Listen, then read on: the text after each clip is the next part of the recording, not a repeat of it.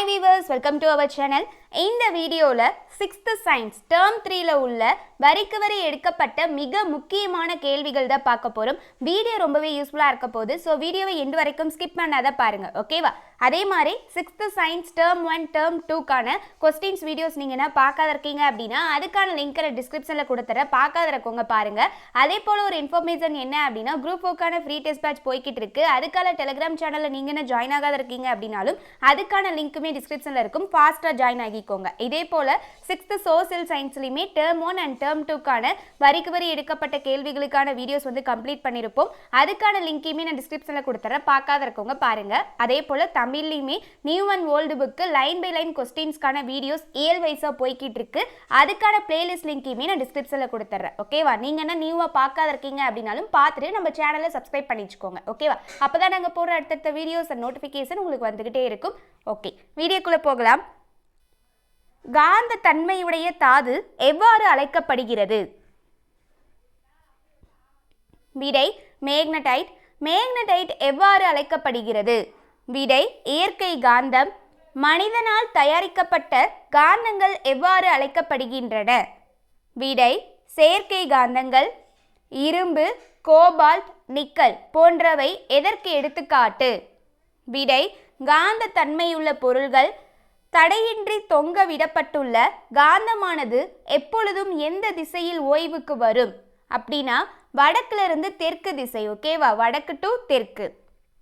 உலகத்திலேயே எந்த நாட்டில் அதிவேக மின்காந்த தொடர்வண்டி உள்ளது? விடை ஜப்பான். மனித இதயத்தில் சராசரியாக உள்ள நீரின் அளவு? விடை 79%. மனித மூளையில் சராசரியாக உள்ள நீரின் அளவு? விடை 75%. மனித தசைகளில் சராசரியாக உள்ள நீரின் அளவு? விடை 75%. வெரி வெரி இம்பார்ட்டன்ட் கொஸ்டின், நல்லா நோட் பண்ணுங்க. மனித இதயத்துல சராசரியா உள்ள நீரோட அளவு அப்படிங்கிறது 79%. இதுவே மனித மூளையில எவ்வளவு சதவீதம் நீர் இருக்கு அப்படின்னா 75%. அடுத்து மனித தசைகள்ல எவ்வளோ சராசரியா இருக்கு அப்படின்னா நீர் 75% இருக்கு. இதை நல்லா நோட் பண்ணிச்சுக்கோங்க. அடுத்து புவியின் மொத்த பரப்பில் 4இல் எத்தனை பங்கு நீர் சூழ்ந்துள்ளது?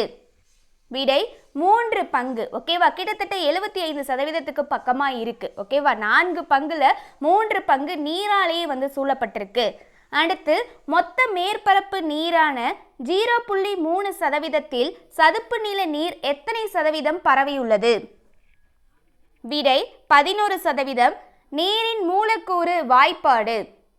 விடை H2O. ஹைட்ரஜன் பிளஸ் ஆக்சிஜன் சேர்ந்தது தான் நீரோட மூலக்கூறு. ஓகேவா? Hydrogen 2, oxygen 1. அடுத்து எத்தனை சதவீதத்திற்கும் மேற்பட்ட அளவில் கடல் நீரில் உப்பு கரைந்திருக்கும்? விடை 3%த்திற்கும் மேல். உலக நீர் தினம் எப்போது கொண்டாடப்படுகிறது? விடை மார்ச் 22. அடுத்து நீர் சுழற்சி எத்தனை நிலைகளை கொண்டுள்ளது? விடை 3 நிலைகளை. புவியின் மேற்பரப்பில் காணப்படும் நீர் எவ்வாறு அழைக்கப்படும்? விடை மேற்பரப்பு நீர். மண்ணில் செறிந்திருக்கும் நீர் எவ்வாறு அழைக்கப்படும்? விடை நிலத்தடி நீர்.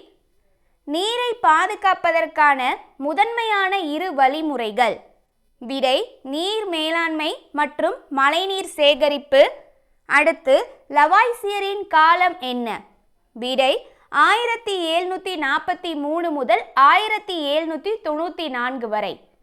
அடுத்து எந்த ஆண்டு லவாய்சியர் மேரி அன்னே என்பவரை மணந்து கொண்டார்? விடை 1771 ஆண்டு. நவீன வேதியியல் புரட்சியை ஏற்படுத்தியவர் என போற்றப்படுபவர் யார்? விடை லவாய்சியர். உணவு தரும் தாவரங்கள் எவ்வாறு அழைக்கப்படுகிறது? விடை உணவு தாவரங்கள். தாவரத்தின் மலர்களில் இருந்து கிடைக்கும் உணவு வகைகள் என்னென்ன அப்படின்னா வாழைப்பூ, காலிஃப்ளவர். ஓகேவா? இந்த தாவரத்தோட மலர்கள், அதாவது வாழைப்பூ அப்படிங்கிறதும் ஒரு உணவு வகை தான். அதே போல காலிஃப்ளவரும் ஒரு மலராக தான் இருக்கு. அது என்னவா இருக்கு? ஒரு உணவு வகையா இருக்கு. ஸோ தாவரத்தோட மலர் வந்து உணவா இருக்கிறது எது அப்படின்னா வாழைப்பூவும் காலிஃப்ளவரும். ஓகேவா? அடுத்து தாவரங்களின் கனிகளில் இருந்து கிடைக்கும் உணவு அப்படின்னு கேட்டிருக்காங்க. அதாவது தாவரத்தில் இருக்கக்கூடிய கனிகள் அது எது நம்மளுக்கு உணவாக எடுத்துக்கிறோம் அப்படின்னா நெல்லிக்காய் இருக்கு இல்லையா அது, அடுத்து கொய்யா மற்றும் இலைக்கனிகள். அடுத்து பருப்புகள் எதனுள் வளர்கின்றன? விடை கனி உரை. உலகளவில் கனிகள் மற்றும் காய்கறிகள் உற்பத்தியில் இந்தியா எத்தனையாவது இடத்தை வகிக்கிறது? விடை 2ஆம் இடம். உலக உணவு தினம் எப்போது கொண்டாடப்படுகிறது? விடை October 16. Very very important question. அடுத்து துளசி தாவரத்தின் பயன்படும் பாகங்கள் எது? விடை இலை மற்றும் விதை. சோற்று கற்றாழையின் எந்த பாகம் மருந்தாக பயன்படுகிறது? விடை இலைகள். மஞ்சள் தாவரத்தின் எந்த பகுதி மருந்தாக பயன்படுகிறது?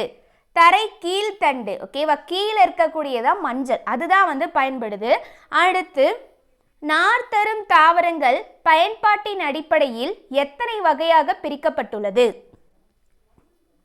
3 வகை. அவை என்னென்ன அப்படின்னு பாருங்க. நெசவு நார்கள், கயிறு நார்கள், நிரப்பும் நார்கள். அடுத்து இலை நார்களுக்கு எடுத்துக்காட்டு. விடை கற்றாழை. எந்த மாநிலம் இந்திய சணல் உற்பத்தியில் 50 விழுக்காடு உற்பத்தி செய்கிறது? விடை மேற்கு வங்காளம். வன்கட்டைகளுக்கு எடுத்துக்காட்டு என்னென்ன அப்படின்னா தேக்கு, பலா. அடுத்து பட்டுப்புழுக்கள் எந்த இலையை உணவாக எடுத்துக்கொள்கின்றன? விடை மல்பெரி இலை. வேப்ப எண்ணெய் பூசப்பட்ட யூரியாவினை எந்த நாட்டு விஞ்ஞானிகள் உருவாக்கியுள்ளனர்? விடை இந்தியா. ஒரு பொருள் புதிய பொருளை உருவாக்கும் நிகழ்வு எவ்வாறு அழைக்கப்படுகிறது? விடை வேதியியல் மாற்றம். நாம் சமையலுக்கு பயன்படுத்தும் உப்பு எந்த 2 வேதிப்பொருளால் ஆனது அப்படின்னா சோடியம் குளோரின் NaCl. இதுதான் நம்ம சமையலுக்கு பயன்படுத்தக்கூடிய உப்பு. ஓகேவா, ஸோ சோடியமும் குளோரினும் சேர்ந்தது தான். அடுத்து சோப்பு மூலக்கூறுகளுக்கு எத்தனை முனைகள் உண்டு? அவை என்னென்ன? 2 முனைகள் இருக்கு. அவை என்னென்ன அப்படின்னா நீர் விரும்பும் பகுதி, நீர் வெறுக்கும் பகுதி. அடுத்து சோப்பு தயாரிக்க பயன்படுத்தப்படும் வேதிப்பொருள் எது? Very very important question. விடை சோடியம் ஹைட்ராக்சைடு. சூப்பர் பாஸ்பேட் உரத்தில் பாஸ்பரஸ் எத்தனை சதவீதம் உள்ளது? விடை 8 to 9% இருக்கு. அடுத்து உழவனின் நண்பன் என அழைக்கப்படுவது? விடை மண்புழு. சிமெண்டின் கெட்டிப்படும் நேரத்தை தாமதமாக்குவது எது? விடை ஜிப்சம். சிமெண்ட் இருக்கு இல்லையா, அது கெட்டியாகாத இருக்கிறதுக்காக அதில் ஜிப்சம் அப்படிங்கிறத ஆட் பண்ணுறாங்க. ஸோ அதுதான் கெட்டிப்படும் நேரத்தை தாமதமாக்குது. அடுத்து தோல் நோய்களை தீர்க்கும் களிம்புகளில் பயன்படுத்தப்படுவது? விடை ஜிப்சம். பினாலின் மூலக்கூறு வாய்ப்பாடு? விடை C6H5OH. பீனால் இருக்கு இல்லையா, அதோட மூலக்கூறு வாய்ப்பாடு என்ன அப்படின்னா C6H5OH. அடுத்து சூழ்நிலை மண்டலம் எத்தனை வகைப்படும்? விடை 2 வகைப்படும். அவை என்னென்ன அப்படின்னா இயற்கை சூழ்நிலை மண்டலம், அடுத்து செயற்கை சூழ்நிலை மண்டலம். நீரில் காணப்படும் சூழ்நிலை மண்டலம் எவ்வாறு அழைக்கப்படும்? விடை நீர்வாழ் சூழ்நிலை மண்டலம். நீரில் காணப்படுவதால் நீர்வாழ் சூழ்நிலை மண்டலம் என்று அழைக்கப்படுகிறது. அடுத்து உற்பத்தியாளர்கள் வேறு எவ்வாறு அழைக்கப்படுகின்றன? விடை தற்சார்பு ஊட்ட உயிரிகள். இறந்த விலங்குகள் மற்றும் தாவரங்களை உணவாக உட்கொள்பவை எவ்வாறு அழைக்கப்படுகின்றது? விடை சிதைப்பவைகள். உணவு சங்கிலி எங்கிருந்து தொடங்குகிறது அப்படின்னா சூரியனிடம் இருந்து கிடைக்கும் ஆற்றலில் இருந்து தொடங்குகிறது. உணவு சங்கிலியின் படிநிலைகள் எவ்வாறு அழைக்கப்படுகின்றது? விடை உணவூட்ட நிலைகள். உயிரின சிதைவிற்கு உள்ளாகும் கழிவுகள் எவ்வாறு அழைக்கப்படும்? விடை மட்கும் கழிவுகள். உயிரின சிதைவிற்கு உள்ளாகக்கூடிய கழிவுகளை எப்படி சொல்றாங்கன்னா மட்கும் கழிவுகள் அப்படின்னு சொல்றாங்க. ஓகேவா, இந்தியா ஒவ்வொரு நாளும் எவ்வளவு திடக்கழிவுகளை உற்பத்தி செய்கிறது? விடை 532 மில்லியன் கிலோ. Important question. அடுத்து காந்தங்களின் எதிரெதிர் துருவங்கள் என்ன பண்பை பெற்றுள்ளன? விடை ஒன்றை ஒன்று ஈர்க்கும் பண்பை பெற்றிருக்கு. அடுத்து எந்த 3 நாடுகள் மின்காந்த தொடர்வண்டிகளை பயணிகள் போக்குவரத்திற்கு பயன்படுத்துகின்றன? விடை சீனா, ஜப்பான், தென்கொரியா. அதிகளவு கரைபொருள் கரைந்துள்ள நீர் எவ்வாறு அழைக்கப்படுகிறது? விடை உப்பு நீர். நீரின் எந்த பண்பு இடத்திற்கு இடம் மாறுபடுகிறது? விடை புறையியைபு. நீர் சுழற்சியின் நிலைகள் என்னென்ன அப்படின்னா விடை ஆவியாதல், ஆவி சுருங்குதல் மற்றும் மழை பொழிதல். நீர் சுழற்சியோட 3 எத்தனை நிலைகள் இருக்கு அப்படின்னு சொல்லி பார்த்துருப்போம். அதுக்கு 3 அப்படின்னு சொல்லி பார்த்தோம். அந்த 3 நிலைகள் என்னென்ன அப்படின்னா ஆவியாதல், ஆவி சுருங்குதல் மற்றும் மழை பொழிதல். எத்தனை வகையான இயற்கை நன்னீர் ஆதாரங்கள் புவியில் காணப்படுகின்றன அப்படின்னா 3. அடுத்து காலன் என்பது எதனை அளவிடக்கூடிய அலகு? விடை நீர். அடுத்து நீரை பாதுகாப்பதற்கான முதன்மையான 2 வழிமுறைகள் என்னென்ன அப்படின்னா நீர் மேலாண்மை மற்றும் மழைநீர் சேகரிப்பு. இது மூலமா நம்ம நீரை வீணாக்காம பாதுகாக்கலாம். அடுத்து ஈரப்பதம் நிறைந்த காடுகள் எவ்வாறு அழைக்கப்படும்? விடை சதுப்பு நிலங்கள் அல்லது சதுப்பு நில காடுகள். அடுத்து நவீன வேதியியல் புரட்சியை ஏற்படுத்தியவர் என போற்றப்படுபவர் யார்? விடை லவாய்சியர். தாவரத்தின் வேர்களில் இருந்து கிடைக்கும் காய்கறிகள் என்னென்ன அப்படின்னா பீட்ரூட், கேரட். நெல்லி தாவரத்தின் பயன்படும் பாகம் எது? விடை கனி. நாம் பார்த்தோம் இல்லையா, தாவரங்களோட கனி எது நமக்கு உணவா பயன்படுது அப்படின்னு சொல்லி பார்த்ததுல நெல்லி, கொய்யா இதெல்லாம் பார்த்துருப்போம். ஸோ நெல்லி தாவரத்தோட பயன்படும் பாகம் எது? கனிதான். பொருள்களின் வடிவம், அளவு மற்றும் பருமனில் மட்டும் ஏற்படும் மாற்றம் எவ்வாறு அழைக்கப்படும்? இயற்பியல் மாற்றம். முதன்மை ஊட்டச்சத்துக்கள் என்னென்ன? விடை நைட்ரஜன், பாஸ்பரஸ், பொட்டாசியம். அப்போ இதை நீங்கள் எப்படி ஞாபகம் வச்சுக்கணும்? NPK. ஓகேவா? N அப்படிங்கிறது நைட்ரஜன், P அப்படிங்கிறது பாஸ்பரஸ், K அப்படிங்கிறது பொட்டாசியம். முதன்மை ஊட்டச்சத்துக்கள் அப்படின்னா NPK. ஓகேவா? எந்த ஆண்டு முதலில் சிமெண்ட் கண்டுபிடிக்கப்பட்டது? விடை 1824ஆம் ஆண்டு. ஓகே கைஸ், இந்த வீடியோ கண்டிப்பாக உங்களுக்கு யூஸ்ஃபுல்லாக இருந்திருக்கும்.